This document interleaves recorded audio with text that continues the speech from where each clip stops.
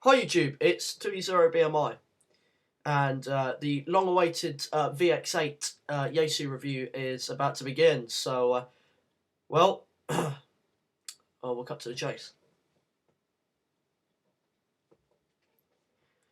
This is the Yaesu VX-8.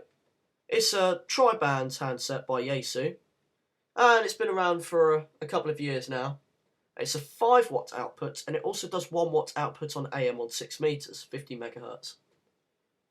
The radio itself is black, with a nice finish to it. It's got a really nice texture feel to the radio itself, so it's really nice to hold in the hand. The display isn't massive, but it's not too small. It's just about the right size. This is also the submersible, and also at some point there will be another video of me putting this in the sink to try this one out, as you've seen with the VX-170 that I sold. I also done that with that one, so that's been through quite a bit of testing.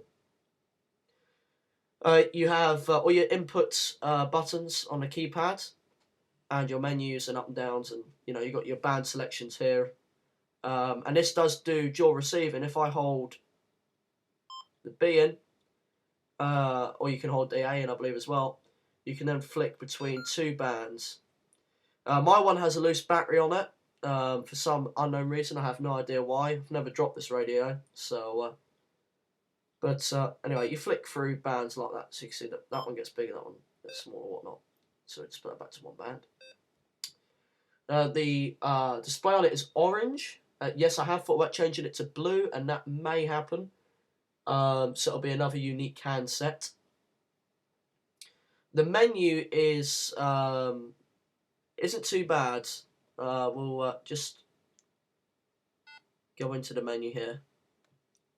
This is the menu, and what I'll do is read out. I won't go through all of it. Obviously, this is just a review. I'm not showing how to. I don't like how Yaesu done this with the change in the frequencies or the CT tones. It's not practical for on the move of changing the CTCSS tones. Good things about the radio, I'll start off with, is it is a fantastic little handset. It's pretty much simple to use. There's a few things like the CTCSS where it can get a little annoying to change, because like when you're moving around, you've got to go through the menu to do it. And I mean, it's a menu-driven radio. That's to be expected. The antenna it comes with, there's a bit on the top you can unscrew, and you put this other bit on there, which is for 6 meters. I think you can use the handset with that on 270, but you have to have it on for 6. If you don't have it on, the SWR, or the standing wave ratio, is well, it can damage the PA stage if you transmit long periods of time or even short periods of time. So I don't recommend that. I've not bought the GPS thing for this unit, and this is something else I don't like about this radio. That's why, and it's not the radio itself. Yaesu have overpriced the GPS unit, and not only have they done that, they've got you another way as well, and that is you have to buy an adapter.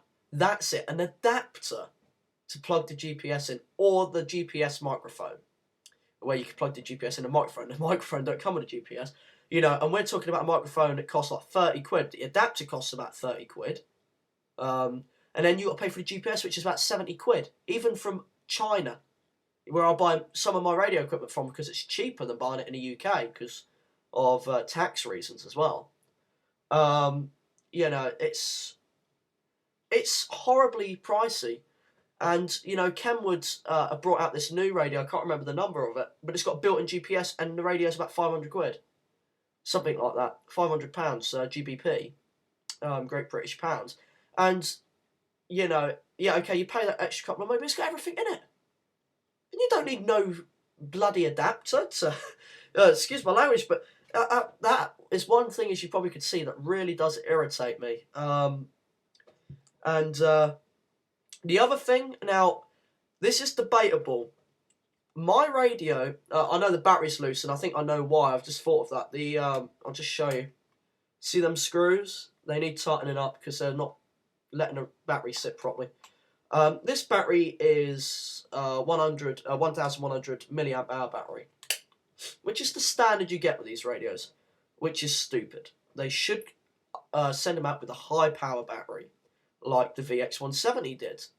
14 to 18 milliamp hours. 1800, sorry, milliamp hours.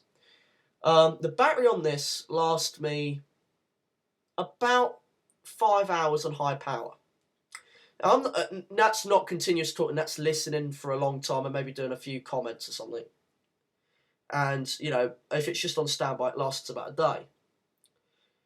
Now, with the high power batteries on these, you'll get about 2 days receiving and about a day of high power use, from what I've read. I don't like the fact Yaesu shipped them out with a small battery.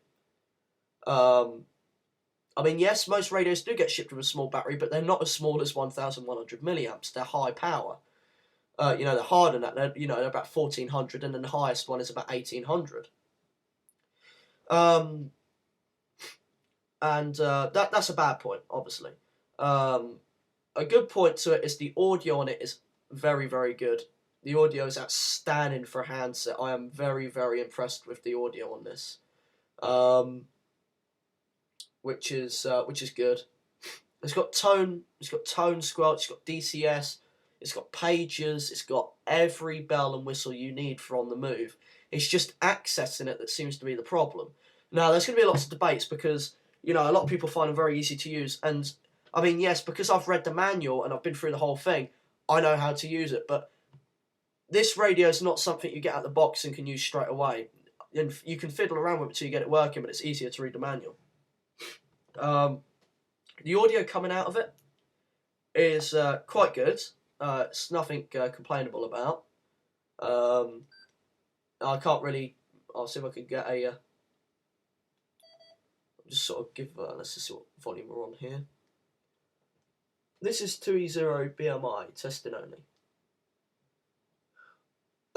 Would help if you had the right tone frequency for your local repeater. Don't forget that. Sorry about that. This is 2E0 BMI testing GB3YL only. Test only. So I'm getting about S5, and you can hear the audio. Obviously, just the carrier. It's a pretty loud speaker for what it is. See if I can put. Or what I could do actually would be.